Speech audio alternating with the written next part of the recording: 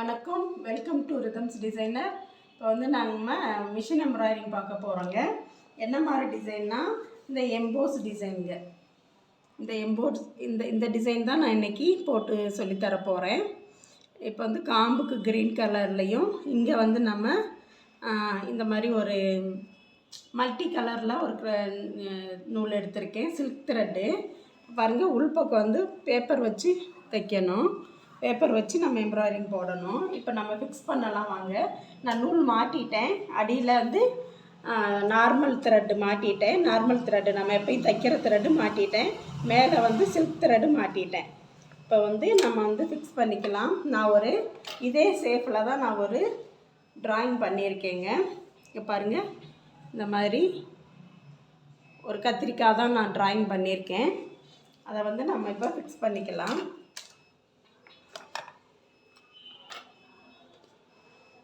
வந்து நம்ம உள்பக்கமாக ஃபிக்ஸ் பண்ணிக்கலாம். அப்போ தான் நம்ம போடுறதுக்கு கரெக்டாக இருக்கும். எம்ப்ராய்டிங் அப்படி தான் ஃபிக்ஸ் பண்ணணும்னு சொல்லியிருக்கேன்.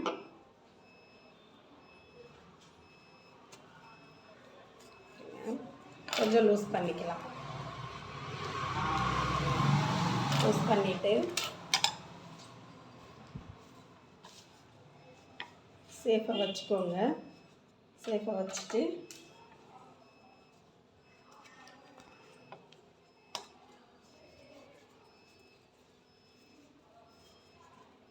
ஃபிக்ஸ் பண்ணியாச்சு. இந்த சேஃப் வந்து வெளியில் தெரியணும். இப்படி வச்சு ஃபிக்ஸ் பண்ணிக்கலாம்.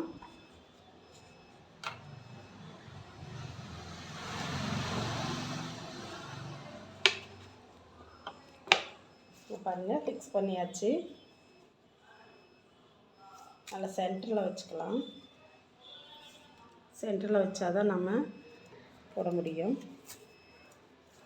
டைட் பண்ணிக்கலாம். நல்லா பண்ணிவிட்டு இப்போ வந்து நியூஸ் பேப்பர் வேணும்னு சொல்லி கேட்டிங்களா, இதில் கொஞ்சமாக எடுத்துக்கலாம்.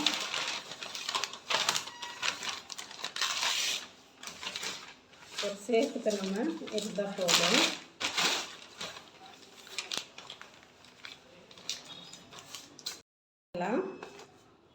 பண்ணிவிட்டு நூலை ஊசியில் மாட்டிடலாம்.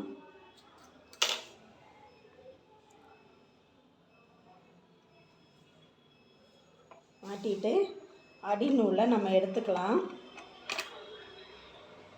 அடி நூலை எடுத்துகிட்டு வந்தாச்சு. இப்போ 2 நூலை இப்படி வச்சுட்டு நம்ம ஸ்டிச் போட ஆரம்பிப்போம். இப்போ பாருங்கள், உள்ளே கொண்டு போயிட்டோம்.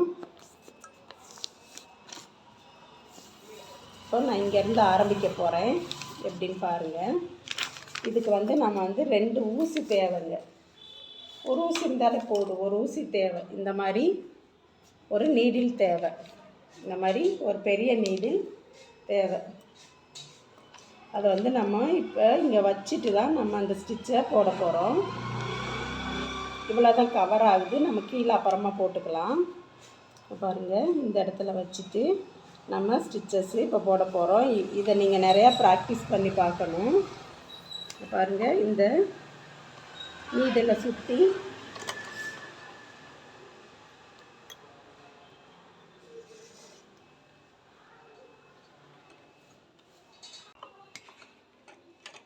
ஊசியை சுற்றியுமே நம்ம ஸ்டிச்சு போடணும். இங்கேயும் மாற்றி மாற்றி நமக்கு தைக்கணும். இங்கே ஆரம்பத்தில் மெதுவாக வீலை சுற்றி விட்டு தைங்க. அப்புறம் வந்து உங்களுக்கு ஃபாஸ்ட்டு வந்துடும். பார்த்தீங்களா, இந்த மாதிரி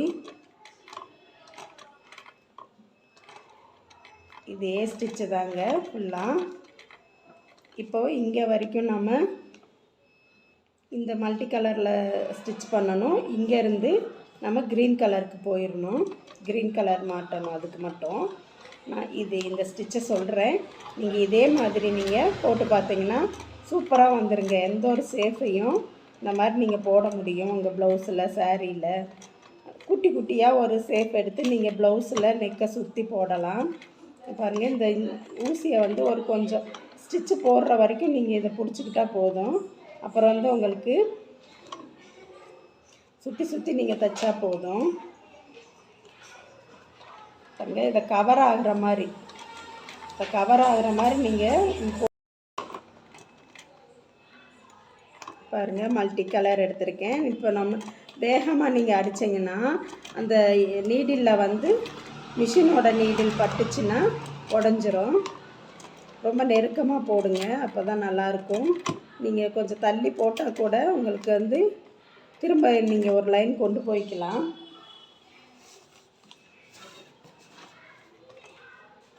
பாருங்கள், இப்படி லைட்டாக அட்ஜஸ்ட் பண்ணி ஃப்ரேமை லைட்டாக அட்ஜஸ்ட் பண்ணி நீங்கள் தொடர்ந்து இப்படி கொஞ்சம் வேகமாகவே நீங்கள் அடிக்கலாம்.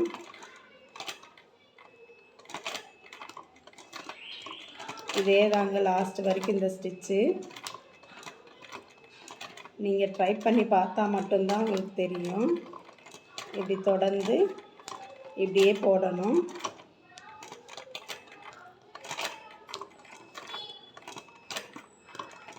நீங்கள் வந்து ஆன்லைன் கிளாஸ் இருக்கா அப்படின்னு கேட்டிருக்கீங்க. அதுக்கு வந்து நாங்கள் போடுறதுக்கு ரெடிங்க. நீங்கள் வந்து ஜாயின் பண்ணுறப்போ எங்களுக்கு மெசேஜ் பண்ணுங்கள்.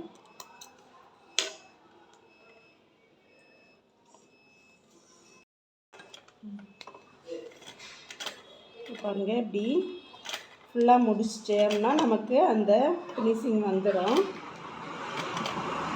இப்போ நீங்கள் எவ்வளோ பேர் இதை போட்டிருக்கீங்கன்னு சொல்லிவிட்டு எனக்கு வந்து ஃபோட்டோ போட்டிங்கன்னா நான் ரொம்ப சந்தோஷப்படுவேன்.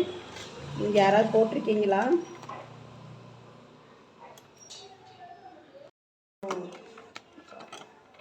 இந்த ஸ்டிச்சு ஃபுல்லுமே இப்படி தாங்க. நான் ஒரு ஸ்டிச்சை போட்டுட்டு ஊசியை எப்படி வெளியில் எடுக்கணுன்றதை காட்டுறேன். அதே தான் லாஸ்ட்டு வரைக்குங்க. இந்த சேஃபுக்கு நம்ம அடிக்கணும், அவ்வளோதான். நீங்கள் பிகினராக இருந்தீங்கன்னா லைட்டாக கையில் உருட்டி மட்டும் இதை அடிங்க.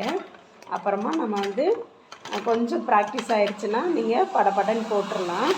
இப்போ பாருங்கள், நான் முடிச்சிட்டேன். இப்போ வந்து இந்த நீடில் எடுக்கிறத சொல்கிறேன். நீங்கள் கட் பண்ணிடுங்க. கட் பண்ணிவிட்டு கொஞ்சம் த்ரெட்டை இழுத்து விட்டுருங்க. இழுத்து விட்டுட்டு நீங்கள் பவர் மிஷினில் போட முடியுமான்னு கேட்டீங்க. அது கொஞ்சம் இந்த மாதிரி பிகினராக இருக்கும்போது சுற்றி விட்டு போடணுங்க. அது கொஞ்சம் சிரமமாக இருக்கும். முடிஞ்சு ட்ரை பண்ணி பாருங்கள். பார்த்தீங்களா, இந்த மாதிரி இந்த நீடில் எடுத்துடணுங்க. எடுத்துட்டால் ஸ்டிச்சு பாருங்கள் இப்படி வந்துடும். இன்னுமே நல்லா எம்போஸாக வரும்.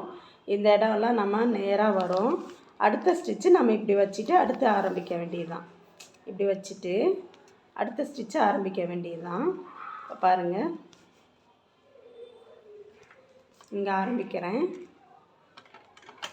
ஒரு 2 ஸ்டிச்சு போடுற வரைக்கும் நமக்கு ஊசி கொஞ்சம் நகலாமல் பிடிச்சிக்கணுங்க. ஒரு கொஞ்சம் போட்டாச்சுன்னா அப்புறம் நான் வந்து ஊசியை விட்டுட்டாலும் அது நின்றுக்கும். பார்த்திங்கன்னா இப்படி அட்ஜஸ்ட் பண்ணி இப்போ நின்றுக்குச்சு. நம்ம ஸ்டிச்சஸ் போடலாம். ஆனால் நீங்கள் வந்து கொஞ்சம் ஃபாஸ்ட்டு கொடுக்காம கொஞ்சம் மெதுவாக போட்டிங்கன்னா வந்துடும். ஒரு நாளில் ப்ராக்டிஸ் ஆகிடுச்சுன்னா நீங்கள் சரசரன்னு போட்டுடலாம். நான் பிகினருக்காண்டி தான் சொல்லிகிட்ருக்கேன். இது எப்படி உங்களுக்கு யூஸ்ஃபுல்லாக இருந்துச்சான்னு சொல்லிவிட்டு எனக்கு கமெண்டில் சொல்லுங்கள். பார்த்தீங்களா, இப்போ கொஞ்சம் தப்பி இது பண்ணியிருந்தோன்னா நமக்கு நீடில் உடையும். உடஞ்சாலும் மாற்றிக்கலாங்க, ஒன்றும் பிரச்சனை இல்லை. நீடில் மாட்டுறது எப்படின்னு சொல்லி கேட்டிருந்தீங்க. நான் இன்றைக்கி வீடியோவில் போட்டிருந்தேன். தொடர்ந்து நான் இந்த ஸ்டிச்சஸும் போடுறேன். இது வந்து முடிக்கும்போது நமக்கு வந்து ஃபினிஷிங் இந்த ஃபஸ்ட்டே காட்டினேன் பார்த்தீங்களா, இந்த மாதிரி இருக்கும். ஃபினிஷிங் வந்து இந்த மாதிரி இருக்கும். இது வந்து ஃபினிஷிங் இந்த மாதிரி இருக்கும். நீங்கள் போட்டு பார்த்துட்டு எனக்கு எப்படின்னு கமெண்ட் பண்ணுங்கள். நானும் உங்களுக்கு இதை முடிச்சுட்டு நான் உங்களுக்கு காட்டுறேன். எப்படி இருக்குன்னு பாருங்கள். ஸ்டிச்சஸ் நான் சொல்லி தர்றது உங்களுக்கு யூஸ்ஃபுல்லாக இருக்கான்றத எனக்கு சொல்லுங்கள். நன்றி, வணக்கம். வணக்கம், வெல்கம் டு ரிதம்ஸ் டிசைனர். இப்போ வந்து நாங்கள் மிஷின் எம்ப்ராய்டிங் பார்க்க போகிறோங்க. என்ன மாதிரி டிசைன்னா இந்த எம்போஸ் டிசைனுங்க. இந்த டிசைன் தான் நான் இன்றைக்கி போட்டு சொல்லித்தர போகிறேன். இப்போ வந்து காம்புக்கு க்ரீன் கலர்லேயும் இங்கே வந்து நம்ம இந்த மாதிரி ஒரு மல்டி கலரில் ஒரு நூல் எடுத்திருக்கேன், சில்க் த்ரெட்டு. பாருங்கள், உள்பக்கம் வந்து பேப்பர் வச்சு தைக்கணும்.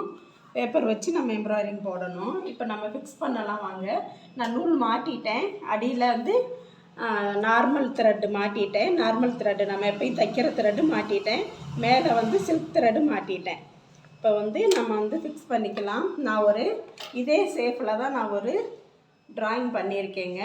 இங்கே பாருங்கள், இந்த மாதிரி ஒரு கத்திரிக்காய் தான் நான் ட்ராயிங் பண்ணியிருக்கேன். அதை வந்து நம்ம இப்போ ஃபிக்ஸ் பண்ணிக்கலாம்.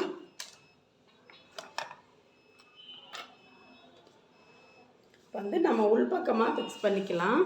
அப்போ தான் நம்ம போடுறதுக்கு கரெக்டாக இருக்கும். எம்ப்ராய்டிங் அப்படி தான் ஃபிக்ஸ் பண்ணணும்னு சொல்லியிருக்கேன்.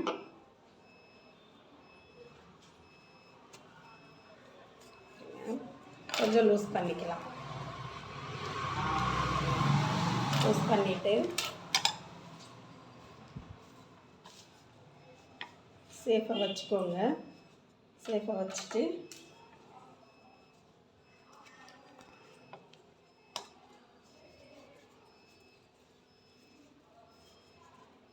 ஃபிக்ஸ் பண்ணியாச்சு.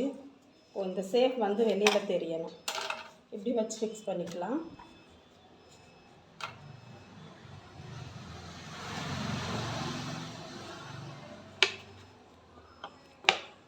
பாருங்கள், ஃபிக்ஸ் பண்ணியாச்சு.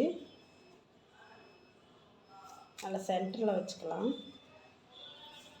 சென்டரில் வச்சா தான் நம்ம போட முடியும்.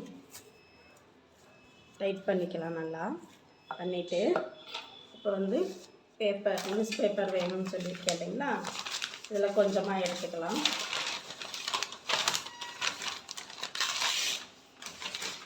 ஒரு சேஃபுக்கு நம்ம எடுத்தால் போதும்.